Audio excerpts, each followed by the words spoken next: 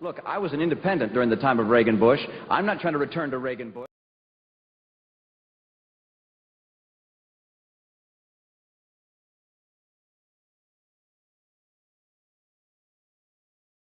Under the Reagan-Bush economic program, under the economic program you want to return to, the total number of children that are living in poverty, the total number of children out of wedlock. This has happened, you know, we've had Republican presidents during this period of time, and the cutting back of support systems for children, and most of all, for families to get jobs.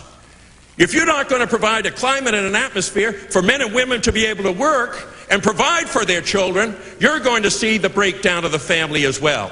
And under your economic program, under the program of Mr. Reagan and Mr. Bush, we saw the growth in terms of the unemployment, the growth in the number of children living in poverty, the growth in terms of those children out of wedlock.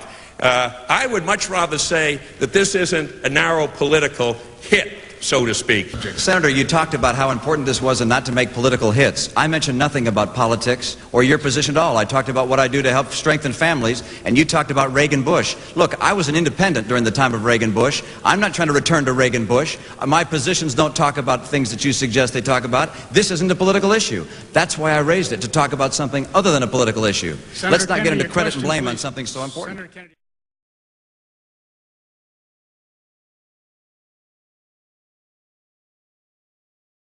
Governor, I'm a conservative blogger, and I agree with a lot of the points that you put forth as part of your campaign. But one of the things that's really been nagging me for a long time is there's a video out on YouTube from the 1994 debate with Ted Kennedy. And you said some things about Ronald Reagan that really, quite frankly, I have a hard time squaring with the Mitt Romney of today. What do you say to somebody that agrees with you, like I do, but yet is uneasy about that particular event? Well, I think you're probably referring to the quote that said back then in 1994 that I said I wasn't going to return to the days of Ronald Reagan.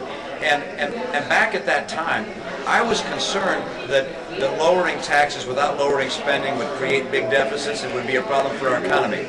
Well, you know what? The proof was in the pudding that Ronald Reagan was right. And over time, we were able to keep our taxes down, grow our economy, grow our way out of those deficits, and he was right. And what I found is that the older I get, the smarter Ronald Reagan gets.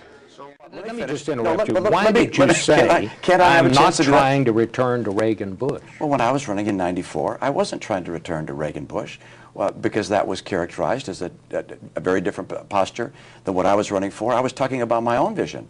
I wasn't trying to be a copy of anybody else. I was trying to say what I wanted to do and laid out my position. I wanted the death penalty reinstated. I wanted to make sure that our welfare programs were reformed. I wanted to get tough on crime.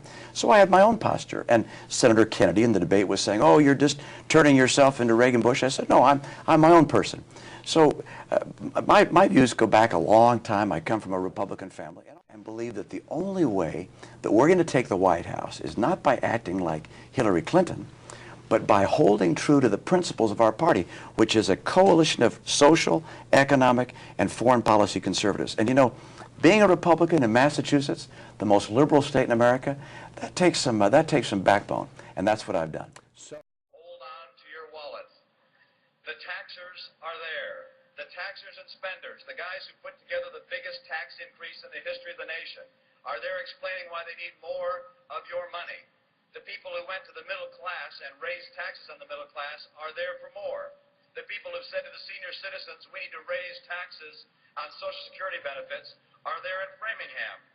The people who took $1 billion out of the Massachusetts economy and sent it to Washington are there in Framingham. And thank heavens Bill Weld stood up and said, enough.